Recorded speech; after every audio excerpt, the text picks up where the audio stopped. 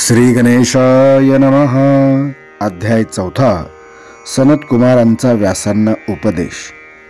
सूत म्हणाले, मुनी हो, श्रवण कीर्तन आणि मनन या तिन्ही वेदसम्मत साधने आहेत। या साधनांचे महात्म्य पटवून देण्यासाठी मी तुम्हाला एक प्राचीन वृत्तांत सांगतो। फार पूर्वीची गोष्ट आहे। पराशर पुत्र व्यासदेव हे माझे गुरु, ते सरस्वती नदीच्या तीरावर तपश्चर्या करीत होते। एके दिवशी सूर्यासमान तेजस्वी विमानात बसून भगवान सनतकुमार त्यांच्यापाशी आले। त्यावेळी व्यासदेव दृढ ध्यानस्थ बसले होते। नित्य साधना पूर्ण झाल्यावर त्यांनी डोळे उघडले। समोर सनतकुमारांना पाहून त्यांना मोठा आनंद झाला। त्यांनी त्वरेने उठून त्यांना नमस्कार केला। अर्घ्य अर्पण करून उत्तम आसनावर बसवले। या त्यांच्या अल्पसेवेने सनतकुमार प्रसन्न झाले। त्यांनी विनम्र भावाने उभ्या असलेल्या व्यासांना कृपादृष्टीने पाहिले। मग ते गंभीर होऊन म्हणाले, हे मुने, तुम्ही सत्याचे चिंतन करा। सत्य तत्वाचे चिंतन हाच श्रेय प्राप्तीचा खरा मार्ग आहे। या मार्गाने जीवाचे परम कल्याण होते, त्याला सौख्य आणि आनंद प्राप्ती होते। सत्य याचा अर्थ शाश्वत, सदैव राहणारे, त्यावर काळाचा कोणताही प्रभाव पडत नाही, ते सर्वत्र सारखेच असते। हे महर्षे, भगवान शंकर हेच ती सद्वस्तू आहे।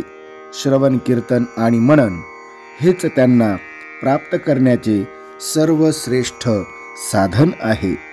अनेक साधन मार्गांमुळे कधी काळी मीही संभ्रमित झालो होतो। त्याच अवस्थेत फिरत फिरत मी मंदराचल पर्वतावर गेलो। तेथील एकांतात तपश्चर्या करू लागलो।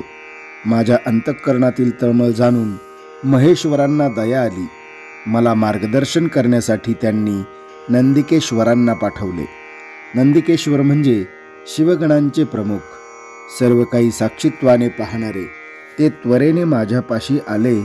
त्यांनी मला मुक्ती मार्गाचा स्नेहपूर्वक उपदेश केला। ते म्हणाले, हे विधिपुत्रा, श्रवण कीर्तन आणि मनन हेच शिवप्राप्तीचे सर्वश्रेष्ठ साधन आहे। हाच मुक्तीचा राजमार्ग आहे। हे रहस्य स्वतः शंकरांनी मला सांगितले आहे। म्हणून तुम्ही या त्रिविध साधनांचे अनुष्ठान करा। हे व्यास, नंदिकेश्वरांच्या उपदेशानुसार मी श्रवण कीर्तन आणि मनन या योगे शिवाराधना करू लागलो।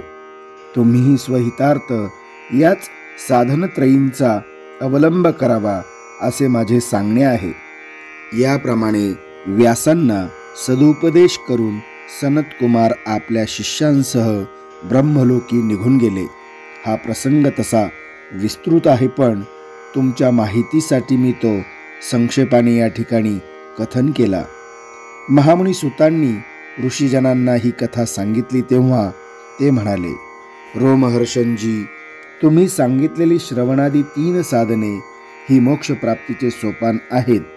पण एखादा मनुष्य ही तिन्ही साधने करण्यास असमर्थ असेल तर त्याने काय करावे?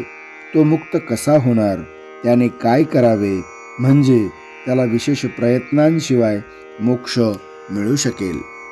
मंडळी, आज आपण सनतकुमारांचा व्यासांना उपदेश ऐकला, ज्यामध्ये श्रवण कीर्तन आणि मनन या 3 साधनांचा उपयोग व्यक्तीने मुक्त होण्यासाठी कसा करावा याचे वर्णन आले आहे। आता आपण अध्याय क्रमांक 5 मध्ये उद्याच्या भागामध्ये शिवलिंग आणि शिवमूर्ती पूजनाचे रहस्य पाहणार आहोत। तर तो भाग चुकवू नका, जेणेकरून आपल्याला भगवान शिवाची प्रार्थना पूजन कशी करावी हे समजणार आहे। मंडळी, आजच्या करता एवढंच। पुन्हा भेटू, तोपर्यंत शुभम भवतु। श्री शिवार्पणमस्तु।